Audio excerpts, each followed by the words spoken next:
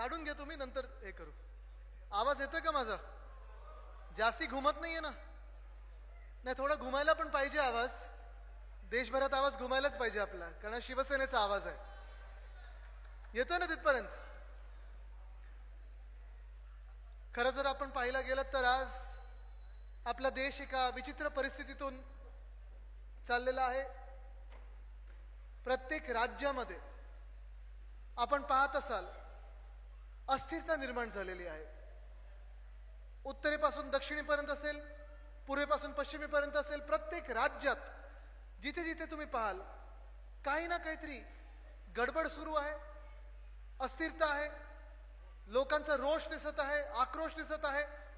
आणि एकंदर पाहिलं गेलं तर कुठचाही गट, समाजातला कुठचाही वर्ग हा आपल्याला खुश दिसत नाही ना समाधानी दिसत आहे.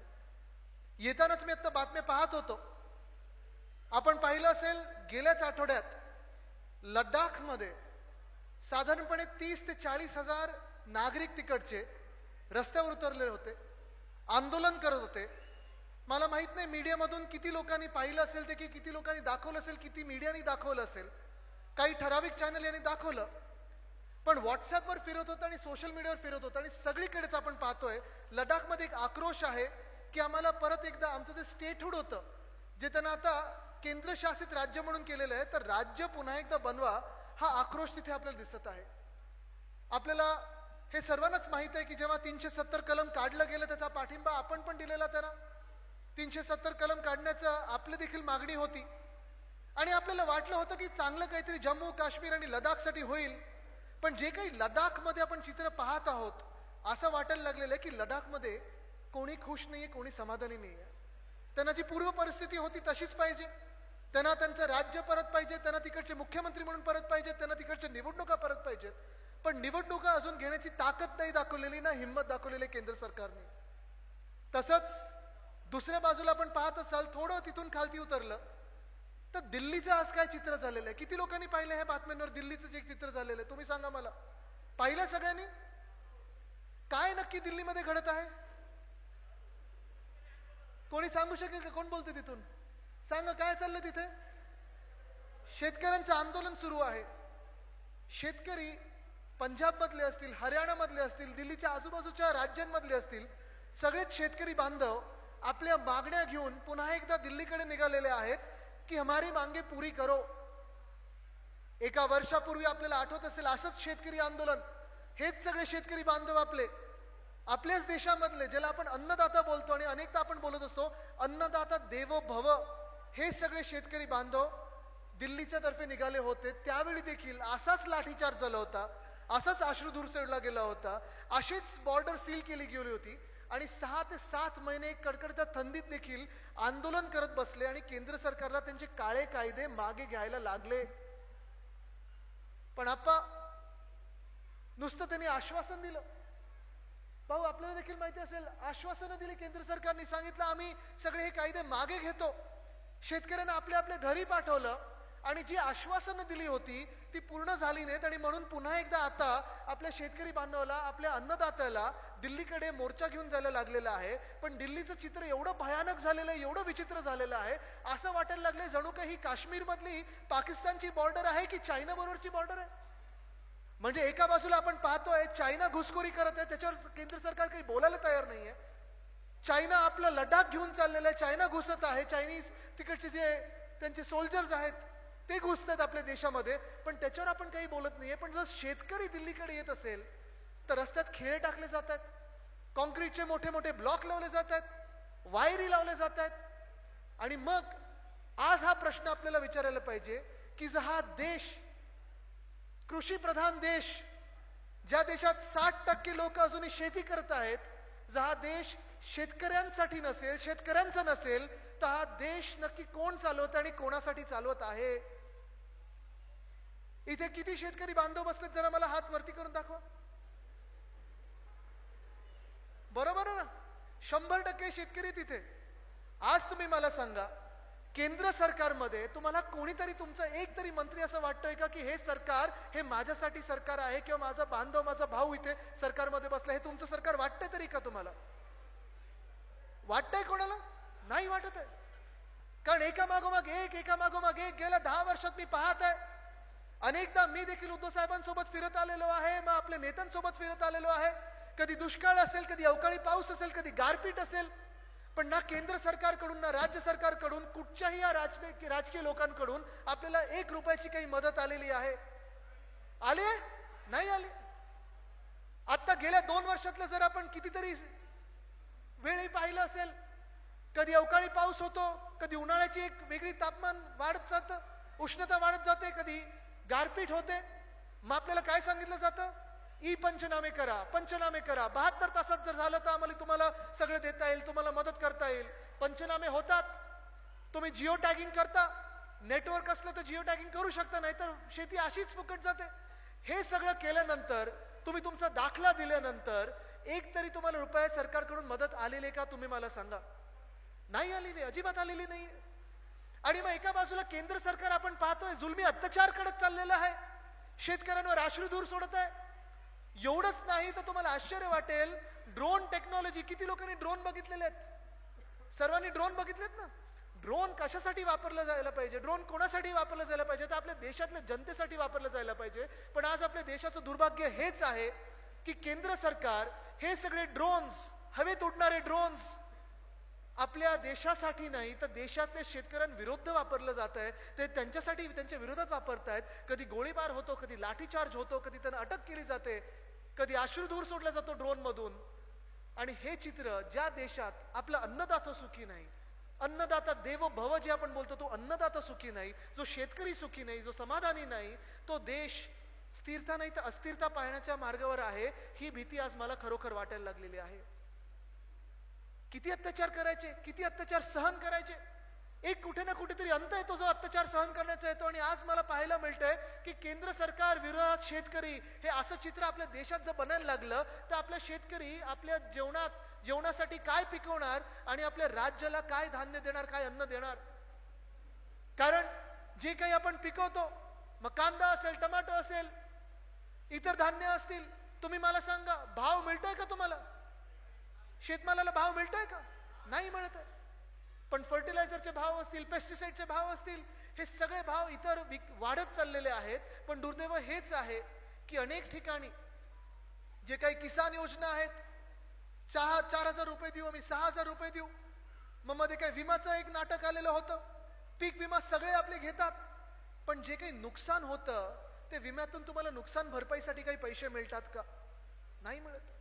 आणि आज देखील चित्र हेच दिसायला मिळतंय. जसं केंद्र सरकार विरुद्ध शेतकरी हे चित्र आपल्याला दिल्लीमध्ये दिसत आहे. जणू काही घुसखोर कुठून तरी दुसऱ्या देशात येत आहेत आणि अतिरेकी येत आहेत. अतिरेक्यांच्या विरोधात जेवढं आपण सैन्यबळ वापरत नाही तेवढं सैन्यबळ आपल्या शेतकऱ्यांविरुद्ध वापरलं जात आहे. तसंच चित्र मला महाराष्ट्रात दिसत आहे. कारण गेले 2 वर्ष ज्या ज्या गावांमध्ये जात आहे, ज्या ज्या तालुक्यांमध्ये जात आहे, ज्या ज्या बांधावर जात आहे मी, तिथे मला स्पष्टपणे सांगितलं जातं, आदित्य, तुमचे वडील उद्धव ठाकरे जेव्हा मुख्यमंत्री होते तेव्हा आम्हाला आमचं कर्ज माफ करून मिळालं, 2 लाखापर्यंत कर्ज मुक्त करून मिळालं. पण हे जे सरकार आहे, खोके सरकार आहे, या खोके सरकारकडून आम्हाला 1 रुपयाची मदत मिळालेली नाही. आठवते आपले महाविकास आघाडीचे दिवस. महाविकास आघाडीच्या काळात कोविडचा काळ होता, अर्थचक्र बंद होतं, पण तरी देखील शेतमालाला आपण भाव देत होतो. जेव्हा जेव्हा नुकसान होतं तर मग कधी गारपीट व्हायची, कधी अवकाळी पाऊस व्हायचा, कधी दुष्काळाचं वातावरण असायचं, पण जे काही योग्य असेल, जेवढं काही आपण देऊ शकत होतो तेवढं आपण देण्याचा प्रयत्न केला. नुकसान भरपाई असेल, जी काही मदत असेल, हे सगळं आपण करत होतो. कारण उद्धव साहेबांना वाटायचं की, उद्धव साहेबांनी अजूनही वाटतं की जर ह्या राज्यामध्ये सगळ्या शेतकरी बांधवांचा एकमेव कोणी भाऊ असेल, हे भाई वगैरे नाही आहेत, म्हणजे आता खोके सरकारमध्ये सगळे गुंड बसले तसे भाई नाही, भाऊ असेल तर एकमेव भाऊ आहे ते म्हणजे उद्धव साहेब ठाकरे. हे खरोखर शेतकऱ्यांचा भाऊ आहे, हे आज मला वाटायला लागलेलं आहे. विदर्भातले शेतकरी असतील, उत्तर महाराष्ट्रातले शेतकरी असतील, मराठवाड्यातले शेतकरी असतील, पश्चिम महाराष्ट्रातले शेतकरी असतील, संपूर्ण महाराष्ट्रात कुठेही आपण अन्याय होऊ दिला नाही. कारण संपूर्ण महाराष्ट्र हा आपला आहे, प्रत्येक जिल्हा हा आपला आहे आणि आपण त्या जिल्ह्याचे आहोत. ही भावना घेऊन आपण या महाराष्ट्राला पुढे निघत होतो. अनेक वेगळ्या वेगळ्या गोष्टी आपण महाराष्ट्रात आणण्याचा प्रयत्न करत होतो. मग विकेल ते पिकेल ही योजना असेल, क्लायमेट रेझिलियंट ऍग्रिकल्चर पोखरा ही योजना असेल, हे सगळं जे आपण करत होतो ते आपल्या मूळ शेतकऱ्यांसाठी करत होतो. कारण आज जे चित्र दिसत आहे, जसं मी तुम्हाला सांगितलं, हेच चित्र दिसत आहे देशात असेल किंवा महाराष्ट्रात असेल, सरकार विरुद्ध शेतकरी हे चित्र बनायला लागलेलं आहे. आणि ह्याला जबाबदार जर कुठची एक संस्था असेल ती म्हणजे राज्य सरकार आणि केंद्र सरकार आहे. कारण जसं मी सांगितलं की आज शेतकऱ्यांचं सरकारमध्ये, मग केंद्र सरकार असेल किंवा राज्य सरकार असेल, कोणी ऐकायला नाही, कोणी ऐकायला तयार नाही. अहो, अश्रुधूर कसले सोडताय आमच्यावर, गोळ्या कसल्या आम्हाला मारताय, लाठीचार्ज कसले आमच्यावर करताय, सैन्यबळ का आमच्यावर सोडताय. मागणी नुसते एवढीच आहे की जे काही आम्ही म्हणत आलेलो आहोत, जे काही आम्ही मागत आलो आहोत, किंबहुना जे काही तुम्हीच आश्वासन दिले सरकार म्हणून, तेवढं जरी पूर्ण केलं ना तर आज आंदोलन करण्याची वेळ आपल्यावर येणारच नाही. का म्हणून शेतकऱ्यांनी ह्या देशात आंदोलन केलं पाहिजे, का म्हणून कुठच्याही घटकाने आपल्या देशात आंदोलन केलं पाहिजे. हा देश अजूनही आपण समज लोकशाही आहे आणि लोकशाहीमध्ये जर कोणी मोर्चा घेऊन जात असेल, मला अजूनही माझ्या आजोबांची एक व्हिडिओ क्लिप आठवते. वंदनीय हिंदू सम्राट बाळासाहेब ठाकरेंनी सांगितलं होतं की माझी लोकशाही स्पष्ट आहे, जर कुठचाही समाजातला घटक मंत्रालयावर मोर्चा घेऊन येत असेल तर त्यांच्यावर मी अश्रुधूर सोडणार नाही, लाठीचार्ज करणार नाही. तर जे काही निगडीत खातं असेल, जो काही मंत्री असेल, त्यांनी मंत्रालयाच्या पायऱ्या उतरून त्या लोकांमध्ये गेलं पाहिजे, ऐकलं पाहिजे आणि त्या लोकांचं काम केलं पाहिजे. ह्याला म्हणतात लोकशाही. पण आज जसं मी सांगितलं की आपल्या राज्यात शेतकरी आत्महत्या वाढत चाललेल्या आहेत. मागच्या वर्षी मोठा आकडा होता, ह्या वर्षी देखील मला वाटतं आता तरी फेब्रुवारी आहे, ईश्वरचरणी प्रार्थना आहे की अशा आत्महत्या होऊ नयेत शेतकऱ्यांच्या. पण दुर्दैव असं आहे की सरकार जणू काही आहे की नाही, कोणाचं नक्की सरकार आहे, हा प्रश्न आज पडायला लागलेला आहे. खूप वेळा मी पाहत असतो, मागच्या मला वाटतं आपण वाजे साहेब, मला वाटतं सप्टेंबर ऑक्टोबर मध्ये जेव्हा परत अवकाळी पाऊस झाला होता तेव्हा मी आलेलो, आपल्यासोबत फिरलो होतो. आणि तेव्हा देखील मला सांगायला लोक होते, शेतकरी बांधव सांगत होते, पिकाचं नुकसान तर मी पाहिलंच होतं, पण पीक विमा कंपन्या असतील, ज्यांनी तुम्हाला कर्ज दिले असतील ते कर्जदार असतील, हे सगळेच लोक आता नोटिसा पाठवायला लागलेले आहेत की हे देता की तुमचं हे घेऊ, हे देता की तुमचं हे घेऊ. हे कशासाठी? आणि तुम्ही एक मिनिट विचार करा, जर तुम्ही आज शेतकरी नसतात आणि तुमच्या डोक्यावर कर्ज असतं, तुम्ही शेतकरी नसतात पण तुमचं खातं हे सरकारचे जे आवडते मित्र आहेत ना, उद्योगपती मित्र, त्यांच्यासाठी मोठी खाती असती. सूटबूटचं सरकार आहे, तुम्हाला माहिती आहे उद्योगपती मित्र कोण आहेत, त्यांचे कोण आहेत, सरकारचे उद्योगपती मित्र कोण आहेत. हे जर तुम्ही असतात, तुमची आडनावं ही असती, तर तुमचं कर्ज ह्या सरकारने मुक्त करून दिलं असतं की नसतं? असतं. पण आज दुर्दैव हेच आहे की आपण ते उद्योगपती नाही आहोत, आपण सूटबूटची लोक नाही आहोत, आपण शेतकरी बांधव आहोत. आणि आपलं ऐकायला आज सरकार बसलं नाहीये. पण मी हाच निर्धार करून निघालेलो आहे की आपलं पुन्हा एकदा महाविकास आघाडीचं सरकार बसवायचं म्हणजे शेतकऱ्यांचं सरकार बसवायचं, हा निर्धार करून मी निघालेलो आहे.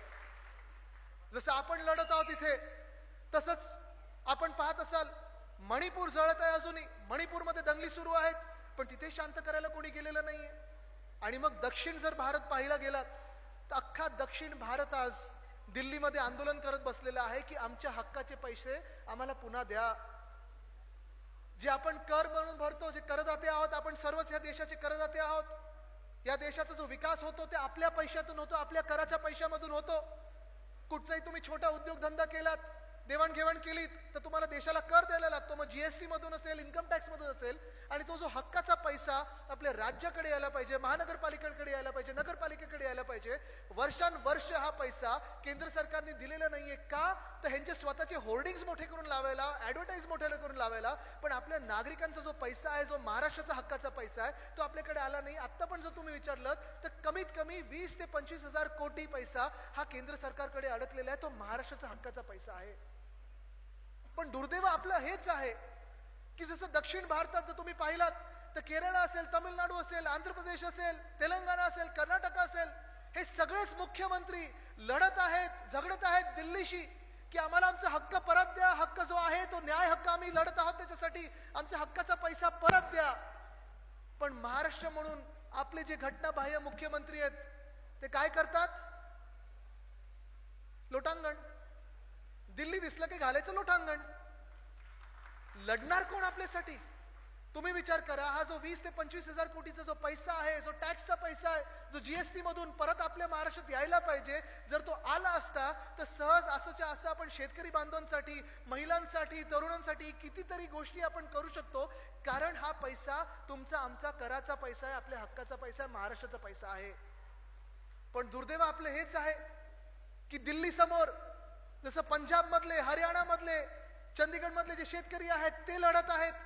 दिल्ली आपल्यासाठी दूर आहे म्हणून आपण तर तिथे जाऊ शकत नाही, पण आपण आपलं राज्य देखील, आपलं राज्यातलं सरकार देखील दिल्ली समोर चिडीचूप आहे, बोलू शकत नाही. कारण सगळी मेहरबानी ही दिल्लीची आहे की तुम्हाला एक महाविकास आघाडीचं सरकार पाडून, उद्धव साहेबांच्या पाठीत खंजीर खुपसून, शिवसेना फोडून, राष्ट्रवादी काँग्रेस फोडून, एक परिवार फोडून, आज काँग्रेस फोडून जे सरकार, खोके सरकार बसवलेलं आहे, हे खोके आले कुठून हे जर तुम्हाला समजलं तर हे खोके सरकार आणि घटनाबाह्य मुख्यमंत्री काही दिल्ली समोर बोलू शकणार नाही, कारण ती त्यांची मेहरबानी त्यांच्यावर आहे. पण माझा सवाल हाच आहे घटनाबाह्य मुख्यमंत्र्यांना की एवढे जर तुमच्याकडे 210 लोक, 215 लोक जर विधान भवनात तुम्ही गोळा केले असतील, खोके देऊन, खोके घेऊन, जे काही तुमचं असेल देवाणघेवाण करून जर तुम्ही एकत्र केले असतील, एवढं बहुमत तुमच्या सोबत असेल, एवढी महाशक्ती दिल्लीची तुमच्या मागे असेल, तर थोडी तरी हिंमत दाखवा आणि आज केंद्र सरकारला सांगा की माझा शेतकरी आज आत्महत्या करत आहे, त्यांना गरज आहे ती मदतीची आहे, मोठं पॅकेज महाराष्ट्रासाठी द्या. पण आमचे घटनाबाह्य मुख्यमंत्री हे कुठेही काही बोलत नाहीत, दिल्ली समोर तर बोलतच नाहीत. कारण सगळं जे चालतं ते खोक्यांवर चालतं आणि स्वतःची शेती असं म्हणतात. आता इथे किती शेतकरी बांधव आहेत, सगळे शेतकरी बांधव, हे ठरलं ना आपलं पक्क आहे, बरोबर आहे, कोणी खोटा शेतकरी नाहीये ना. आता तुम्ही मला सांगा, तुमच्या शेतात यायला रस्ता आहे का? आहे? नाहीये. काही काही जणांकडे आहे, काही काही जणांकडे नाहीये, काही काही जणांकडे तर काय मुख्यमंत्री ग्राम सडक योजना वगैरे हल्ली त्या योजना आलेल्या, कच्चा रस्ता असतो, पक्का रस्ता असतो, काही काही ठिकाणी आम्ही कधी कधी येतो म्हणून रस्ता बांधला जातो, पण अनेक लोकांकडे रस्ते नाही आहेत. मग तुम्ही शेतावर जातात कसे? कसे जाता तुम्ही शेतावर? चालत, पायी पायी जाता ना. आपले जे घटनाबाह्य मुख्यमंत्री आहेत ते स्वतःला शेतकरी म्हणतात, त्यांची शेती एकदमच स्वयंभू शेती आता गेल्या 4-5 वर्षातली आहे. वेगळी वेगळी काय पिकं लावतात मला माहित नाही, आता ते तुम्ही शिकलं पाहिजे त्यांच्याकडून. खरं तर इथे एक सेमिनार लावूया आपण, घटनाबाह्य मुख्यमंत्र्यांना बोलून घ्या, कारण त्यांच्या शेतात रस्ता नाहीये जायला, त्यांच्या गावात असून जायला रस्ता नाहीये, पण 2-2 हेलिकॉप्टर त्यांच्या शेतात उतरतात. हे आपल्या राज्यातले गरीब शेतकरी मुख्यमंत्री. बघा, सत्य बोलतो मी, शिटी पण वाजायला लागली. पण आज मुद्दा हाच आहे की हे नक्की शेती करतात कसली आणि कधी करतात. कारण मला एकच जाणवतं, मी थोडं त्यांना पाहत असतो, त्यांची हालचाल काय आहे, एक 10 वर्ष सोबत काम केलेलं, त्याच्या आधी देखील काम केलेलं आहे, थोडं पाहत असतो. आता मला माहित नाही, मी तर शहरातला मुलगा आहे, पण ह्यांची शेती बरोबर अमावस्याने पौर्णिमेला चालत असते. आता कसली शेती करतात मला विचारू नका, तुम्हाला कदाचित माहिती असेल, मला तरी माहिती नाही बाबा कशी चालते. पण बरोबर शहरातून गायब होतात अमावस्या आणि पौर्णिमेला, कधी त्यांच्या शेतात जातात, कधी पडगेला जातात, मला काही माहित नाही पुढचं. पण हे राज्य हे सगळं करून तुम्ही नेताय कुठे, आज हा प्रश्न मला पडत चाललेला आहे. जसं मी सांगितलं की एका बाजूला आपला शेतकरी हवालदिल झालेला आहे, त्रस्त आहे, हैराण आहे की आमचं कैवारी तरी कोण आहे. ठीक आहे, विरोधी पक्ष आमच्यासाठी लढत. आणि तुम्हाला अजून एक सांगतो, आज तुम्हाला शब्द देतोय की येत्या निवडणुकात आपण जिंकणार म्हणजे जिंकणार, आणि पुन्हा एकदा आपलं शेतकऱ्यांचं सरकार बसवणार म्हणजे बसवणारच. पण जसं आज मी तुम्हाला सांगत आहे, तसं दुसरा प्रश्न मी तुम्हाला विचारायला इथे आलेलो आहे की जे शेतकरी बांधव आहेत, मला तुम्ही सांगा, तुमची पुढची पिढी म्हणजे तुमची मुलं मुली, तरुण तरुणी जे आहेत, जे माझ्या वयाचे असतील, 32-33 वर्षाचे असतील, तुम्ही त्यांना शेतीमध्ये आणणार का? कृषी क्षेत्रात तुम्ही त्यांना आणणार का? हो की नाही मला सांगा. किती लोकांना वाटतं की तुमची पुढची पिढी शेतीत यावी? नाही, ऐकून येते मला. कोणालाच नाही आणायचंय का? नाही आणायचं? बोला बोला, मी तुमच्याशी गप्पा मारायला आलोय, सांगा मला जरा.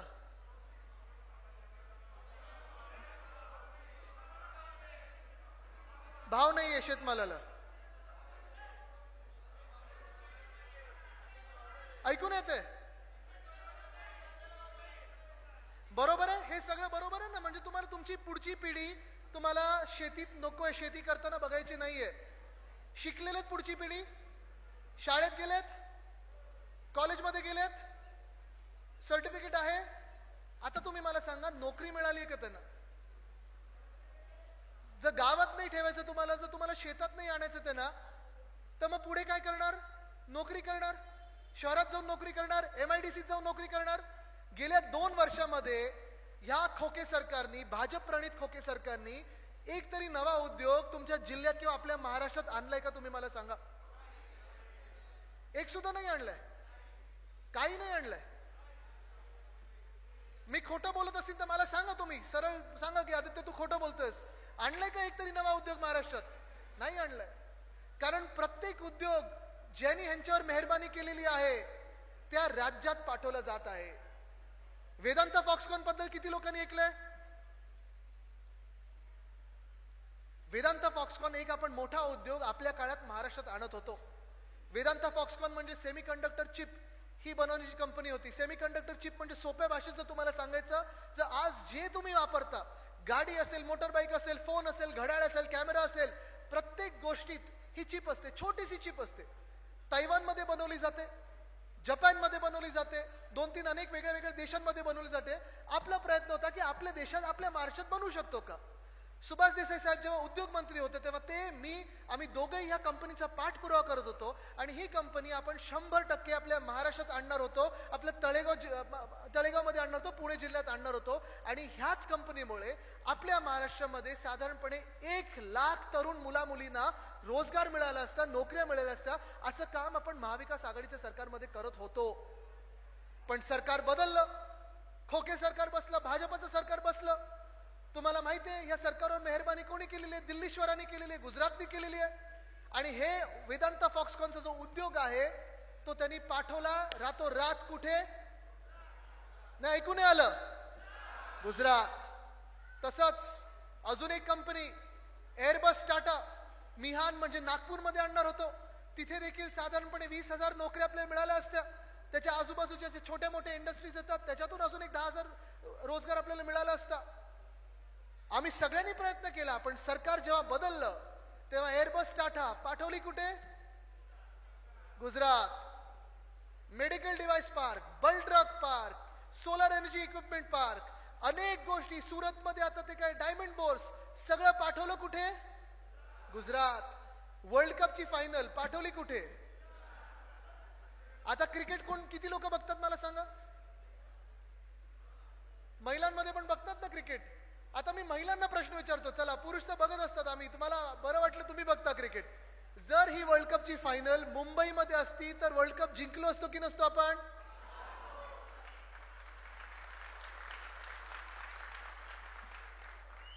मग का हरलो आपण? हे उत्तर आहे.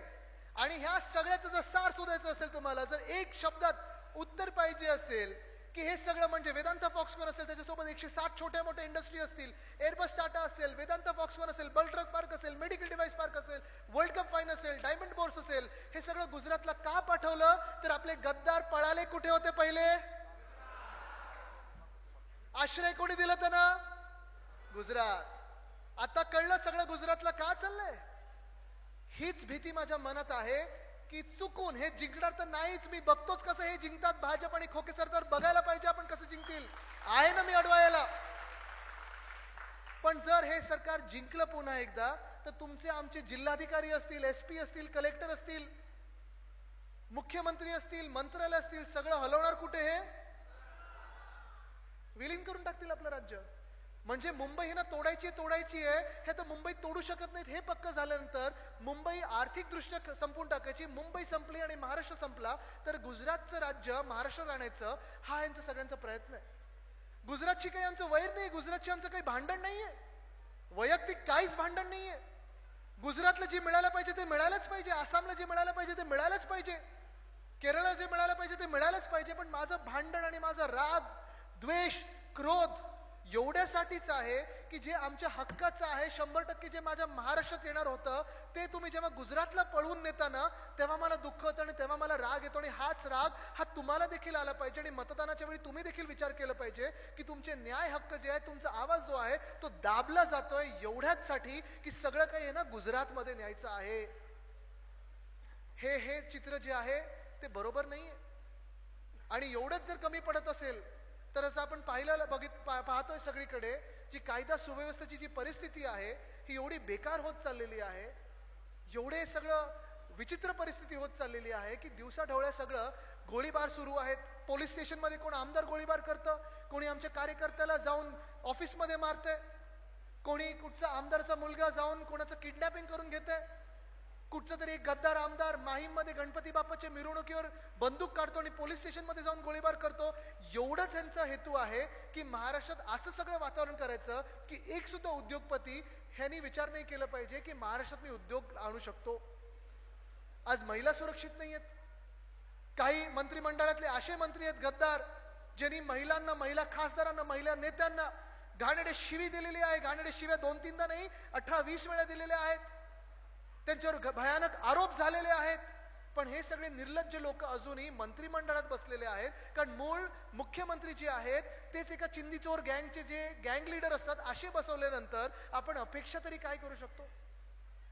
आज महिला देखील विचार करत आहेत की ठीक आहे, ही कुठची तरी परत लाडली बहिणा वगैरे सारखी योजना आपल्या महाराष्ट्रात आणू शकतील, डीबीटी करून तुमच्या बँकेत पैसे खात्यात पैसे टाकू शकतील. पण हे एका वेळीचे पैसे तुम्हाला मिळतील, पण पुढची 5 वर्ष जे सरकार तुम्हाला विश्वासात घेऊन काम नाही करू शकत, जे सरकार जे मंत्र्यांवर कारवाई करू शकत नाही, जे मंत्री तुम्हाला शिवीगाळ करतात, जे सरकार तुमचा अपमान करत आलेलं आहे, हे सरकार तुम्ही त्यांच्यासोबत राहणार का नाही याच्या सरकारमध्ये तुम्हाला कोणी तुमचं वाटतंय तरी का. मला आठवतं कोविड काळात देखील जेव्हा उद्धव साहेब फेसबुक लाईव्हच्या माध्यमातून थेट संवाद साधायचे, घरोघरी यायचे, तेव्हा एक संपूर्ण महाराष्ट्रात अजूनही ते वातावरण आहे की उद्धव ठाकरे म्हणजे आमचे कुटुंब प्रमुख आहेत आणि आमचा मोठा भाऊ आहे, हे वातावरण सगळीकडे होतं. ते वातावरण अजूनही दिसत आहे. आणि म्हणून अनेक ठिकाणी जिथे जिथे माझ्या सभा होत असतात, चौक सभा असतील, छोटे मेळावे असतील, कार्यकर्ते मेळावे असतील, मोठ्या संख्येने महिला पुढे येत असतात. 50%हून जास्ती महिला आपल्या कार्यक्रमात येत असतात, कारण त्यांचा विश्वास एका व्यक्तीवर आहे, उद्धव बाळासाहेब ठाकरे. पूर्णपणे विश्वास या सुसंस्कृत व्यक्तीवर आहे. कधी त्यांच्याकडून शिवीगाळ आपण पाहिली नाहीये, कधी त्यांच्याकडून आपण काहीतरी वेडवाकडं बोललेलं पाहिलं नाही, वागलेलं पाहिलं नाहीये. आणि जे मंत्री ज्यांच्यावर आरोप होतात, जे मंत्री शिवीगाळ करतात, जे मंत्री महिलांचा अपमान करतात, जे मंत्री खोटं बोलतात, उद्धव साहेब त्यांना गेट आउट बोलतात आणि लाथ मारतात. म्हणूनच उद्धव साहेबांच्या मागे आज महिला वर्ग खूप मोठ्या संख्येने उभा आहे. पण आज प्रत्येक घटक जर आपण पाहिला गेलात तर त्यांना एकच दुःख आहे की आपल्या उद्धव साहेबांचं सरकार ह्या गद्दारांनी पाडलं, ह्या चिंदी चोरांनी पाडलं. होय, मी चिंदी चोर बोलतो कारण ह्यांनी पक्ष चोरला, बाप चोर आहेत, अनेक वेगळ्या वेगळ्या गोष्टी हे महाराष्ट्र लुटत आहेत, तुमचा आमच्या हक्काचा कराचा पैसा लुटत आहेत. आणि सगळं जे काही चाललंय ते हे बिल्डर आणि कॉन्ट्रॅक्टर सरकार स्वतःच्या कॉन्ट्रॅक्टरसाठी करत आहेत, स्वतःच्या बिल्डरांसाठी करत आहेत. पण आज हे सरकार ना शेतकऱ्यांचं राहिलेलं आहे, आज हे सरकार ना महिलांचं राहिलेलं आहे, आज ना सरकार हे तरुण विद्यार्थ्यांचं राहिलेलं आहे. कारण जे नोकर भरतीसाठी विद्यार्थी जातात, आपण पाहत असाल मोठ्या संख्येने नाशिककडे असेल, पुण्याकडे असेल, अनेक विद्यार्थी तरुण तरुणी 5-5, 6-6 वर्ष अभ्यास करतात, प्रयत्न करतात की MPSC असेल, UPSC असेल, तलाठी भरती असेल, पोलीस भरती असेल, यासाठी प्रयत्न करत असतात. पण हे सगळे प्रयत्न झाल्यानंतर जेव्हा आपण परीक्षेला बसतो तेव्हा काय होतं नेमकं? पेपर फुटतो, बरोबर आहे. पण आपल्या राज्यात अशी उदाहरणं आहेत की एकच व्यक्ती जी पेपर फोडते ती त्या वर्षी टॉप करते, मग जेलमध्ये जाते, बेलवर बाहेर येतो तो माणूस, दुसऱ्या वर्षी पण पेपर फोडतो, परीक्षा देताना जेलमध्ये जातो, बाहेर येतो, आणि तिसऱ्या वर्षी देखील परीक्षेला बसतो, पेपर फोडतो आणि बाहेर येतो. कारवाई कुठे होत नाही. नुकसान जे होतं ते आमच्या तरुण तरुणींचं होत आहे. आज नुकसान तुम्ही पाहाल तसं मी सांगितलं की जे तरुण तरुणी ज्यांना MIDC मध्ये उद्योग मिळत नाही, जे नोकर भरतीसाठी जातात, तलाठीच्या पेपर फोडीमध्ये जे आता पेपर फुटल्यानंतर परीक्षा झाली, मी हैराण झालो. 200 मार्क मिळायला पाहिजे होते, तिथे एकाला 214 मार्क मिळाले. म्हणजे हे तर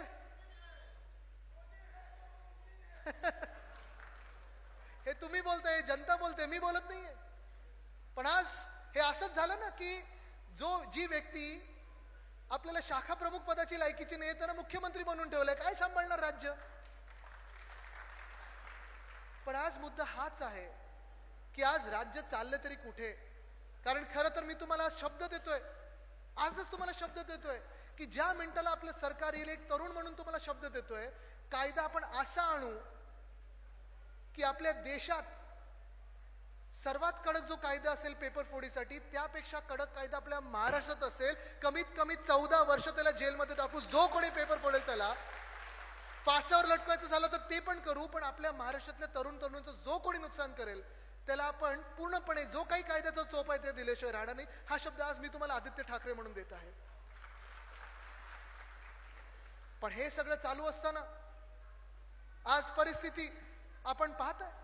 आपण लढत आहोत, एका जिद्दीने लढत आहोत, आपण झगडत आहोत, ते आपल्या महाराष्ट्रासाठी झगडत आहोत.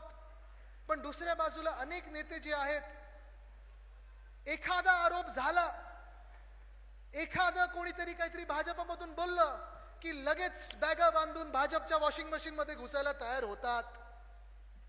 भाजपनी तुम्हाला किती शिवीगाळ करू दे, तुम्ही भाजपला किती शिव्या द्या, पण ज्या मिनिटाला आरोप होतो, ज्या मिनिटाला एखादा घोटाळा बाहेर काढतात, ईडीची भीती असेल, आयटीची भीती असेल, सीबीआयची भीती असेल, ह्या सगळ्या भीती पोटी तुम्ही जाताय भाजपमध्ये. कमीत कमी महाराष्ट्राशी गद्दारी तरी करू नका. काय चाललंय राजकारणात? मी अनेकदा हैराण होतो. मी खूप वेळा विचार करतो की युवा सेना चालवत असताना जेव्हा मी अनेक तरुणांना सांगतो की अरे तू राजकारणात आला पाहिजे, तू राजकारणात आली पाहिजे, तुम्ही तिकिटावर लढलं पाहिजे, तुम्ही राजकारणात निवडणुका लढा, तुम्ही मतदान करा. आज मी विचार करतो जेव्हा तुम्ही 100 होर्डिंग पाहता आणि आज ह्या होर्डिंगवर तर तो दुसऱ्या दिवशी त्या होर्डिंगवर त्या दुसऱ्या दिवशी चिन्हच बदललेलं असतं, कोणी पक्ष चोरलेला असतो. नक्की आपलं राजकारण चाललंय तरी कुठे, हा विचार करण्याची आपल्याला आता वेळ आलेली आहे. तुम्ही विचार करा, जे भाजप आपल्याला सांगत आलेली आहे की आम्ही काँग्रेस मुक्त भारत करू, आम्ही वंशवाद मुक्त भारत करू, आम्ही भ्रष्टाचार मुक्त भारत करू. आज जे लोकसभेच्या राज्यसभेच्या निवडणुका जाहीर झालेल्या आहेत, भाजपाकडून कमीत कमी 3 लोकांना, म्हणजे भाजप आणि हे खोके सरकारमधून कमीत कमी 3 लोक असे आहेत ज्यांना तिकीट मिळणार आहे राज्यसभेसाठी, ज्यांनी गेल्या 40 दिवसात एक तर मिंदे गटात गेलेत किंवा भाजपात गेलेत किंवा जे काही राष्ट्रवादीचा जो वेगळा गट आहे त्याच्यात गेलेले आहेत, आणि तिथे गेल्यानंतर त्यांना तिकीट मिळालेलं आहे. ते सगळे आहेत काँग्रेसवालेच. मग काय काँग्रेस मुक्त भारत केलेलं आहे? सगळ्यांवर भ्रष्टाचाराचे आरोप झालेले आहेत. मग काय भ्रष्टाचार मुक्त भारत केलेलं आहे? आणि तिघचे तिघ हे वंशवाद मधलेले आहेत. मग काय वंशवाद मुक्त भारत केलेलं आहे? मग कोणाला फसवते तुम्ही भाजपा म्हणून की आमचं भारत तुम्हाला असं वाटतं का की तुम्ही काही बोलाल आणि ऐकून घ्याल? खरं तर मी कदाचित आज राहुल गांधीजींना पण सल्ला देईन, राहुल गांधींना आज सल्ला देईन की चुकून जर त्यांनी भाजपात बघितलं तर 50%हून जास्ती आज खासदार तर काँग्रेसमधलेच असतील, तिथूनच ते प्रधानमंत्री बनू शकतील. आज परिस्थिती ही चाललेली आहे की खोटं बोलायचं, रेटून बोलायचं, लोकांना फसवायचं. पण आज मला खात्री पटलेली आहे की लोक फसणार नाहीत आणि लोक खोटं बोलणाऱ्याला बळी पडणार नाहीत. इथून पुढे निघत असताना मला माहिती आहे की आपण सगळे शिवसेनेसोबत खंबीरपणे उभे आहात, उद्धव साहेबांसोबत खंबीरपणे उभे आहात.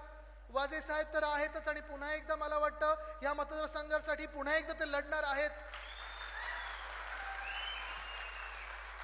तिकिटाचं मी नाही आहे, ते उद्धव साहेब ठरवतात, पण माझी खात्री आहे की ते आहेत, आप्पा आहेत, आम्ही सगळेच मिळून हा आवाज पुन्हा एकदा विधानसभेत असेल, लोकसभेत असेल, तुम्हाला इथून निवडून द्यायचा आहे. कारण आज तुम्हाला हाच विचार करायचा आहे की आजच्या फास्ट फूडच्या राजकारणात, फास्ट फूडचं राजकारण म्हणजे काय, आधा घंटा नाही तो फ्री, तसं आरोप लगावर भाजपा में आओ, आरोप लगावर वॉशिंग मशीन मध्ये जाओ. ह्या राजकारणात आज देखील या मंचावर बसलेले प्रामाणिक लोक आहेत, ते महाराष्ट्राशी इमान राखून आहेत, पक्षाशी इमान राखून आहेत, मुद्द्यांशी इमान राखून आहेत. सोपं ना आजचं राजकारण. तुम्ही भाजपात जा, Z+ सिक्युरिटी घ्या, तुम्हाला काय आरामात झोपू शकतात, काही चिंतेची गरज नाही, हे सगळं बोलून झालेलं अनेक लोकांनी. पण आज आपल्याला प्रामाणिक लोकांसोबत उभी राहण्याची वेळ आलेली आहे. कारण आपण लढत आहोत ते आपल्या महाराष्ट्रासाठी लढत आहोत. जे सरकारमध्ये बसलेले, जे खोके सरकारमध्ये बसलेले आहेत, हे गद्दार कोणी महाराष्ट्रासाठी लढणार नाहीयेत, हे कोणी तुमच्या आमच्यासाठी लढणार नाही. तो जे उद्धव साहेबांचे नाही झाले, ज्यांनी सगळं काही त्यांना दिलं, ते तुमचे आमचे काय होणार आणि महाराष्ट्राचे काय होणार, हा विचार करा. आणि म्हणून इथून जाताना मी तुम्हाला एकच सांगेन की आजपासून निर्धार करा की जो कोणी व्यक्ती इथून जिंकेल तो आपल्याशी इमान राखून असेल आणि महाराष्ट्राशी प्रामाणिक वागेल, महाराष्ट्रासाठी लढणार असेल.